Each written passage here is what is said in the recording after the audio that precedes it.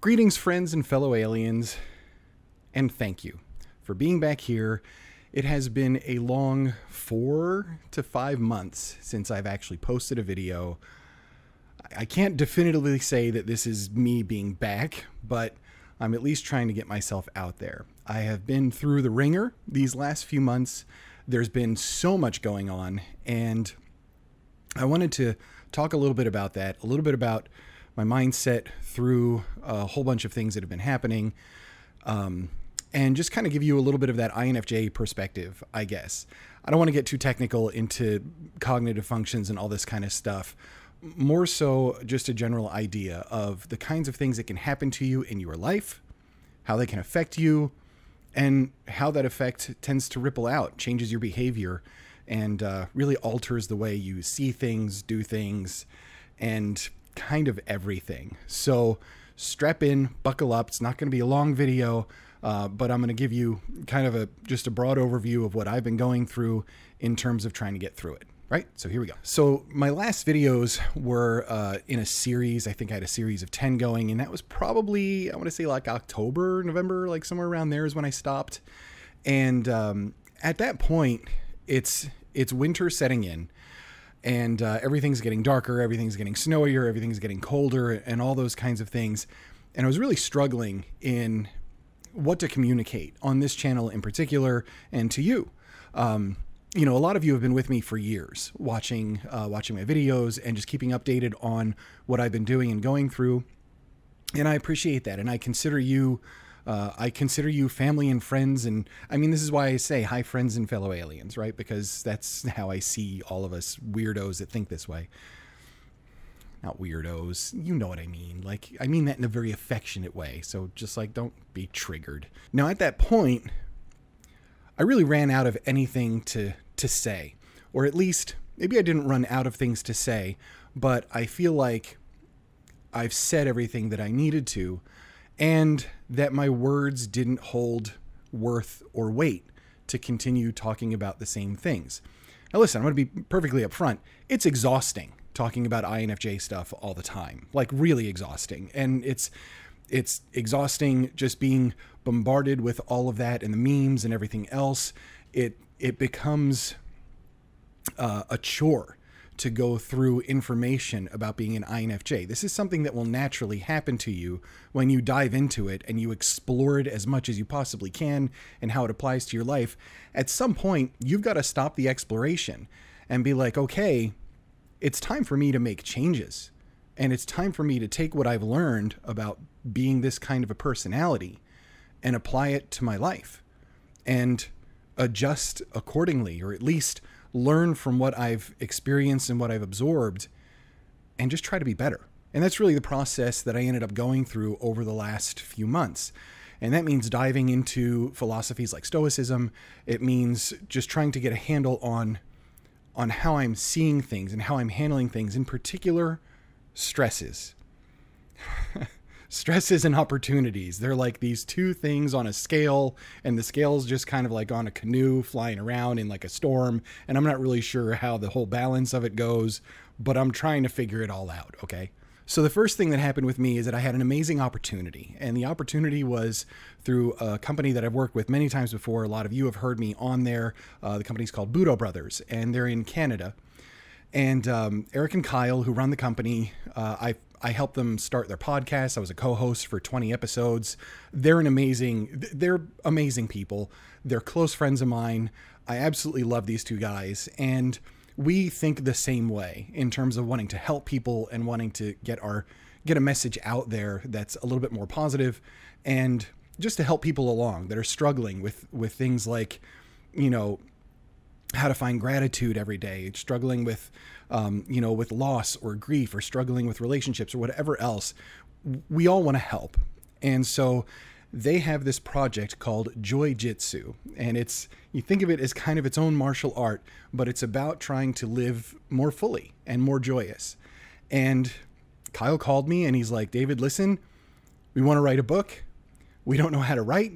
We want you to do it. We're flying you to Canada. And I was like, okay, Fast forward a few weeks, and I end up crossing the border and going to Alberta, and we spent a weekend retreat in the mountains, and it was incredible. And, I developed an entire outline for the book and the philosophy and how it should go. And we kind of explored all these ideas, and then I started writing and writing and writing. And somewhere around 20 to 25,000 words into it right now. It is in progress, and it's something that I'm certain will impact people in just like an incredible way. So this was a really cool opportunity. And I was like, even if I'm feeling a little bit of imposter syndrome or a little bit like, man, I don't know if I'm worth it. I don't know if I can do this. I'm like, no, I have to say yes. I have to drop everything. I've got to get on a plane. I've got to get out there. I can trust myself to make this happen. And that's the first lesson in all of this, is when you think in that way that you're overwhelmed or not enough, you have to trust yourself and trust that, yes, even though you might be struggling with certain feelings, if an opportunity presents itself, you've got to go. You've got to go, you've got to take hold, and you've got to make it happen. And that's exactly what we're doing. And the result, I'm telling you, a couple beta readers got their hands on it.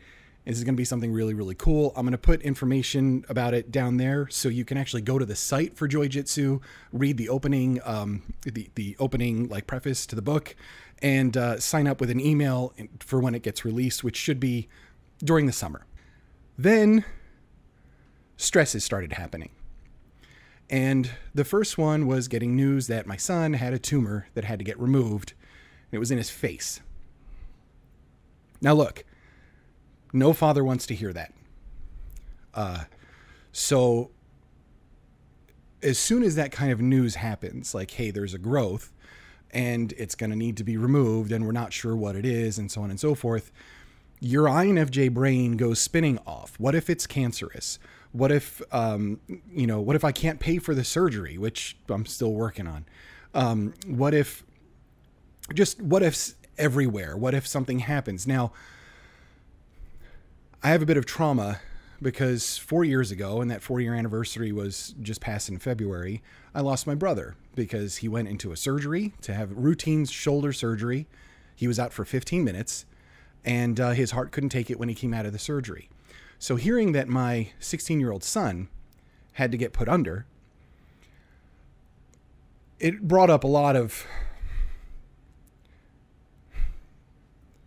It was difficult. It was difficult because of a lot of memories, because of a lot of traumas and stress. And it's not, I'm not saying that, I didn't think my son was going to make it out of a surgery when he had to be put out for like 10 minutes. But recognizing that all of those wounds and scars are still very, very present, that made it really hard. Whew. So I gathered myself, strong dad, and, worked out when the surgery was going to be and everything like that. I got in my car. The hospital where he had the surgery, he lives with his mom, is 3 hours away. And so I got in my car and I drove up there because I wanted to be by his side that entire day. And I was. And so I was there to hang out with him before the surgery. I was there when they were prepping him for everything. And then he went in, we waited, and it was 20 minutes later, he was out, and he was really groggy and kind of funny. Just as he was sort of waking up, he just kept looking at me and going, hi, like I was just there for the first time.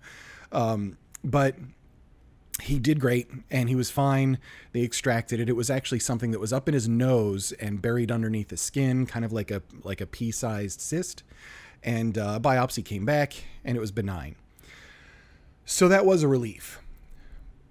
The unfortunate thing that happened was, this is the state of U.S. healthcare in a lot of ways, is paying for it without health insurance.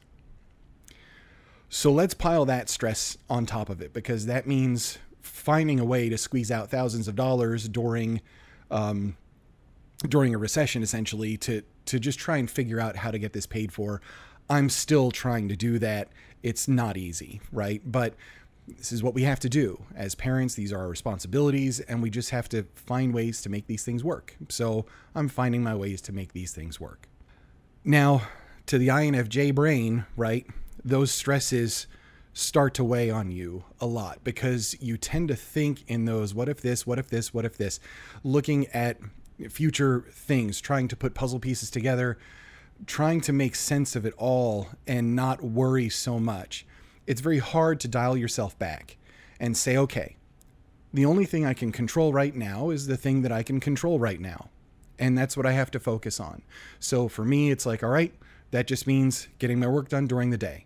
That means when I have some free time, putting some pages down on the book and make progress on that. It's all of these different things involved.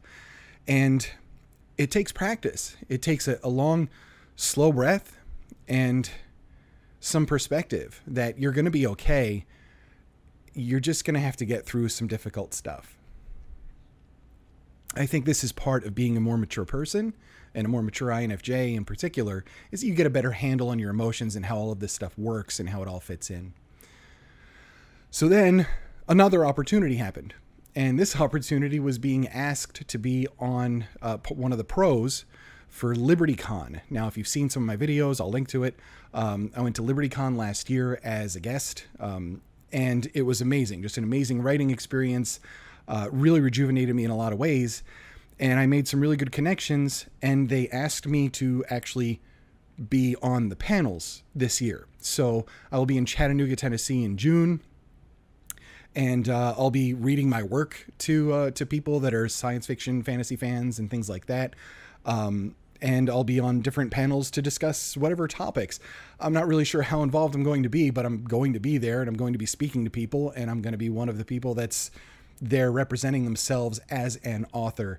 And that's really, really freaking cool. So this opportunity came in, and I'm like, oh crap, I need to get ready for this. What do I do? So I tried polishing up some of the things that I've been writing. I'm trying to make more progress on the sequel to The Caretaker. The sequel is called The Steward. And so I'm also working on a separate project that I'm going to detail in just a second for you. Yes, I'm working on 3 books right now. I've got the JITSU thing, I've got the sequel to The Caretaker, and I've got this third one. And the third one is a more lighthearted thing that I'm doing just as an in-between project to get another book out there and to have some fun with some social commentary and some satire, and highlight that as part of what I'm doing there as well. So I'm not really sure what to expect, but also it's the same thing. Now I'm paying for my son's surgery. Well, now I also got to pay for plane tickets and a hotel and all this kind of stuff to get out there, because this is something that's really important to me as a career. How do you handle this in an INFJ brain? I think the answer is not well. So stresses abound and opportunities abound. And I think the thing that I've been trying to do to focus the most on being okay is to simply step back and say, all right, what's the next thing I have to do? What's the next thing I have to work on? What's the next thing I have to accomplish? And try not to worry about all these what ifs. What if this happens? What if this happens? What if I don't have enough money? What if Look, if I can't afford a hotel in Chattanooga, Tennessee, I'm going to sleep in my car because I need to be there. That's the opportunity. If I have to find ways to get other projects to make some more income to pay for things, then I'm going to do it that way. If I have to find extra time to edit or write, then I'm going to find the extra time to edit or write. Tomorrow morning, I'm out of my apartment at like 6 o'clock in the morning to drive a few hours to get some work done and then get as much writing done as I can. And then I get to spend a weekend with my boys. So, and then another 3-hour drive. And then on Sunday, I'm driving another 7 hours. Like, this is what it's going to be like.